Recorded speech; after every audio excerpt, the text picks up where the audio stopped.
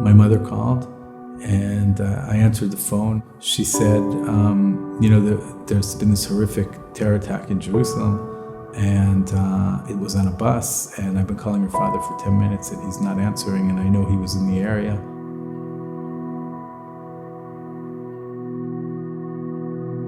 My father, Richard Lakin, was a kind, gentle man.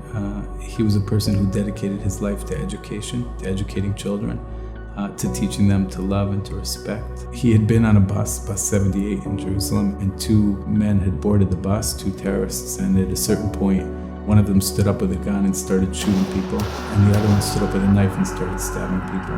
And he was shot in the head, along with two other men.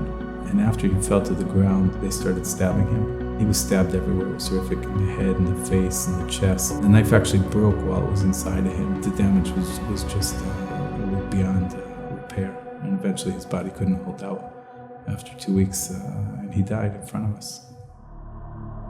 I grew up something called refugee camp. While talking about refugee camp, you are talking about the flaw, the stereotype of hating Israel. Default impression against Israel is the hatred. But for me, maybe until the age of 21, I still following that flow and following that stereotype. Until something happened in my life that inspired me to think more critically and more deeply about the things and the matters around me. Because I discovered there is many lies. These messages are actually grown up with you, starting from your school, passing with the people around you, your authority, the media. A lot of things affect you this message. Sometimes that when you want to tell your kid about something evil, you kill them, the Jewish. Oh, sleep or the Jewish will kill you. Sleep or the Israeli come to kill you. So this is the impression that grows up with you. There is a monster called Israel. There is a monster called Jewish. After your high school and the universities and colleges, the only thing that they teach you about it is the hatred. Only hatred. Horrific as it is, one of the terrorists who was shot by the police while in the act of stabbing my father was brought into the intensive care unconscious with my father, and he was treated 3 beds away from him by the same medical teams, and he survived. I actually watched him regain consciousness, and he opened his eyes. I had a very brief moment of anger for 2 or 3 minutes. All of the rest of the time, I was overcome with the feeling that you have to make something positive out of this. This is what this is what he lived for. This is how he behaved naturally. This is how he educated me and my family, and my mother educated us. Hatred just became, let's call it, part of your life.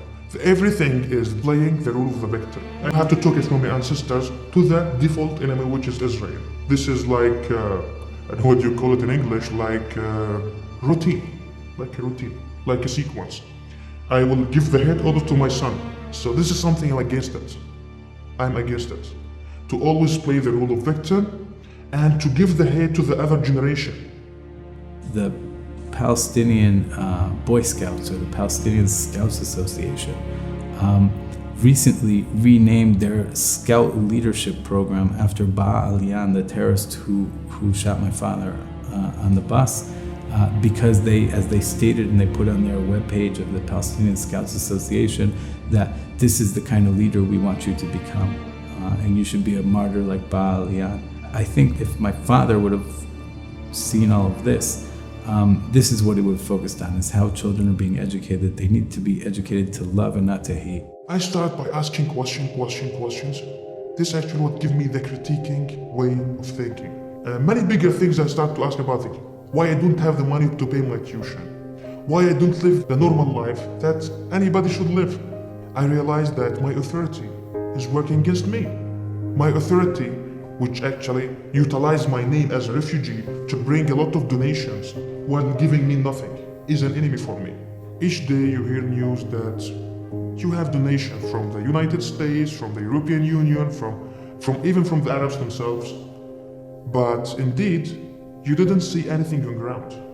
It was 3 times more than the financial support that given to Germany after the Second War. And look at Germany, and look at my case. While Germany is still accepting refugees, while I am still a refugee in my homeland. Because after 68 of conflict, it's a shame on the Palestinians to still refugees. I do believe that you have the humanity sense that actually make it like an obligation or like make it a duty to give.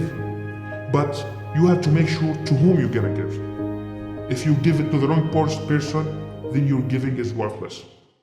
When you look at it, there's nothing to be gained from hating. People who hate, it just creates anger within, and it just eats them from within. And people who love feel good themselves. What seems to me the right thing to do, also in his memory, but also just because that's how he educated me, is to bring people's attention to this. Because if people aren't educating towards love on their own, then they need help from the outside to get there. When I started thinking critically, now I'm thinking about many positive things that would change the life of people around me. I learned a lot of good behavior, just like the respect, to respect the other. My name is Micah Avni. I'm an Israeli, and I choose love. My name is Mo. I'm a Palestinian. I choose love.